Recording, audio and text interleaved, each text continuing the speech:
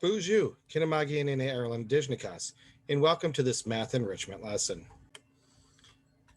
Today's lesson, identifying irregular and regular polygons.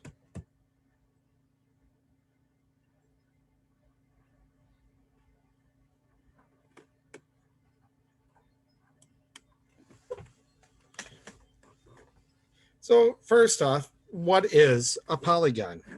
It is a two-dimensional shape. So things like spheres, cylinders, prisms are not polygons. They are made of straight lines and the shape is closed, which means they all connect up. So you can see on this one, they're all straight lines. They all touch. It's all closed in. That's a polygon. Here, this is curved. It's not a straight line, not a polygon. This one has straight lines, but it doesn't touch, not a polygon. So remember, it's a polygon if it's made of straight lines and the shape is closed.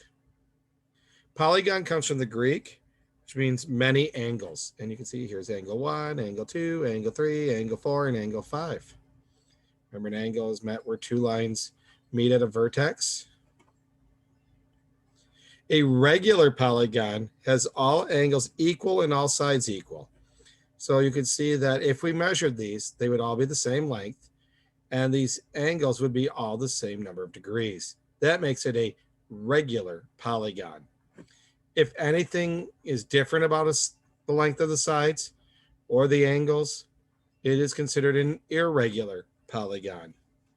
So if you look at it and all the angles are the same and all the sides are the same length, it's regular. If the answer to that is no, and Gaween, it's not. It'll be an irregular one at that point. A term that will show up, but isn't necessarily in today's work, convex or concave. A convex polygon has no angles pointing inwards. So as you can see, this is convex. All the angles go out. That means there is no internal angle. And by internal, we mean the angles on the inside. So there's 1, 2, 3, 4, 5 there. Looks like 2 of them are 90 degrees or close to it. Then you have an obtuse angle. I'm not showing that one, and another obtuse. If you have an internal angle that's greater than 180 degrees, it'll look like it's missing a piece. So on this one, the angle here, this would be a straight line. It's open further. So therefore, it is gives you a concave polygon.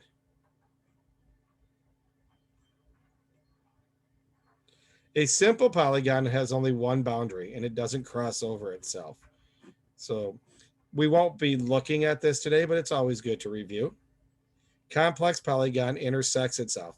When we talk about intersect, that means two lines close. So there's your intersection. That's a complex. Again, not something that we will be dealing with. All right, so we have names for polygons, and it's based on the number of sides. A three-sided polygon, triangle, because there's 3 angles. Each of the angles is 60 degrees. 3 times 60 is 180 degrees. You're going to see a trend here. A quadrilateral, also known as a tetragon, but I'm going to be honest, I almost always hear it as a quadrilateral, has 4 90-degree angles. This one here is a square. A regular quadrilateral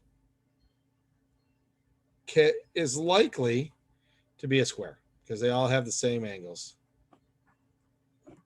Pentagon, 5 sides. Each angle is 108 degrees, so we're now dealing with obtuse angles. A hexagon has 6 sides, 120 degrees.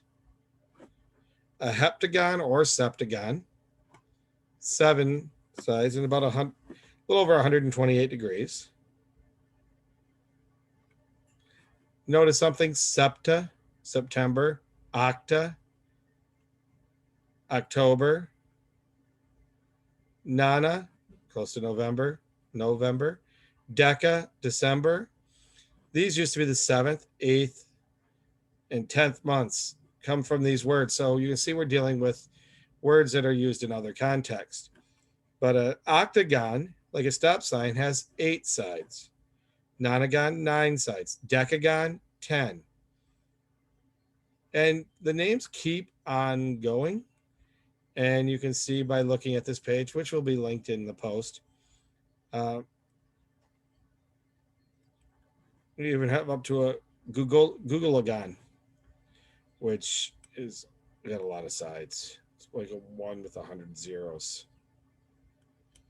You can figure out the degrees by doing this here, by using this formula, but you won't be asked to do it.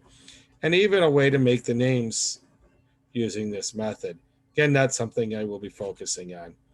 I'm going to be focusing mostly on triangles, quadrilaterals, pentagons, hexagons, octagons.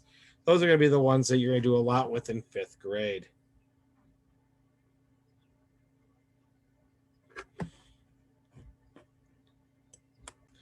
At this point, you're going to return to the Google Classroom. There is a Google form that you may fill out. You're going to identify both regular and irregular, and then what type of polygon. If you're in the physical classroom, you will simply complete the worksheet and turn it in. If you have any questions, please reach out. I'd be happy to sit with you and help you out, or provide some further links that you may view videos such as the Khan Academy.